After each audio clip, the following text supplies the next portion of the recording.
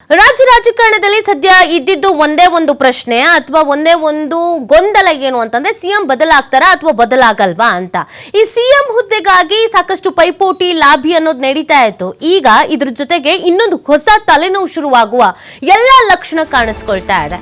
Power sharing ನಡುವೆ ಇದೀಗ ಮತ್ತೊಂದು ಟೆನ್ಷನ್ ಶುರು ಆಗ್ತಾ ಇರೋದು ಏನದು? ರಾಜ್ಯ ಕಾಂಗ್ರೆಸ್ನಲ್ಲಿ ಸಂಪುಟ ಸಂಕಷ್ಟ ಹೆಚ್ಚಾಗುವ ಎಲ್ಲಾ ಲಕ್ಷಣಗಳು ಕಾಣಿಸ್ಕೊಳ್ತಾ ಇದೆ. ಕ್ಯಾಬಿನೆಟ್ ರೀಶಫಲ್ ಮಾಡುವಂತೆ ಕೂಗು ಹೆಚ್ಚಾಗ್ತಾ ಇದೆ.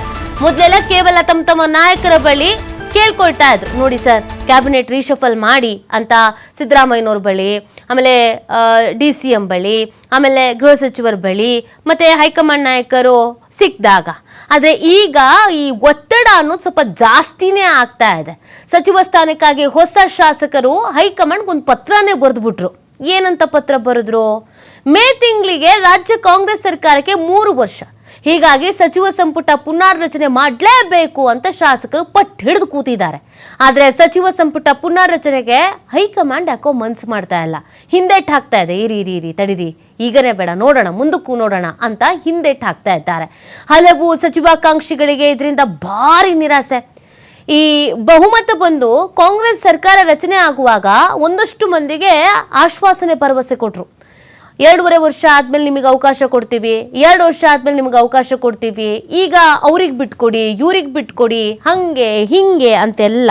ಸೊ ಹಾಗಾಗಿ ಕೆಲವರು ಕಾಯ್ಕೊಂಡು ಕೂತಿದ್ರು, ಇವತ್ತು ಸರಿ ಆಗುತ್ತೆ, ನಮ್ಗೆ ಅವಕಾಶ ಕೊಡ್ತಾರೆ ಅಂತ. ಇನ್ನೇನು ಮೇ ಬಂದೇ ಬಿಡ್ತು. ಮೇಗ್ 3 ವರ್ಷ ಆಗೇ ಹೋಯ್ತು. ಕೊನೆಗೆ 2 ವರ್ಷನಾದ್ರೂ ನಮಗೆ ಅವಕಾಶ ಕೊಡಿ ಅಂತ ಅವ್ರು ಕೇಳ್ಕೊಳ್ತಾ ಇರೋದು. CM ಸಿದ್ದರಾಮಯ್ಯನವರು ಕೂಡ ಹೈಕಮಾಂಡ್ ನಾಯಕರ ಬಳಿ ಇದನ್ನು ಭಾಳಷ್ಟು ಬಾರಿ ಮನವಿ ಮಾಡ್ಕೊಂಡಿದ್ದಾರೆ.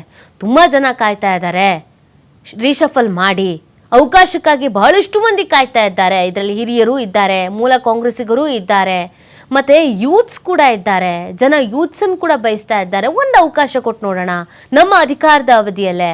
ಪಕ್ಷ ಅಧಿಕಾರಕ್ಕೆ ಬರೋದಕ್ಕೆ ಪ್ರತಿಯೊಬ್ಬರೂ ಕೂಡ ಕಷ್ಟಪಟ್ಟಿದ್ದಾರೆ. ಕೆಲವರು ಇಲ್ಲಿವರೆಗೂ ಸಚಿವ ಸ್ಥಾನವನ್ನು ಅನುಭವಿಸಿದಾರಲ್ವಾ, ಸ್ವಲ್ಪ ಚೇಂಜಸ್ ಮಾಡೋಣ, ರೀಶಫಲ್ ಮಾಡೋಣ ಅಂತ ಸಿದ್ದರಾಮಯ್ಯನವರು ಕೂಡ ಸಿಕ್ಕಾಗೆಲ್ಲ ಹೈಕಮಾಂಡ್ ನಾಯಕರ ಗಮನಕ್ಕೆ ತಂದಿದ್ದಾಗಿದೆ, ಮನವಿ ಮಾಡಿದ್ದಾಗಿದೆ. ಬಟ್ ಅದು ಯಾಕೋ ಗೊತ್ತಿಲ್ಲ, ಹೈಕಮಾಂಡ್ ನಾಯಕರು ಮನಸ್ಸು ಮಾಡ್ತಾ ಇಲ್ಲ. ಇದರಲ್ಲಿ ಇನ್ನೂ ಒಂದು ಲಾಜಿಕ್ ಇದೆ.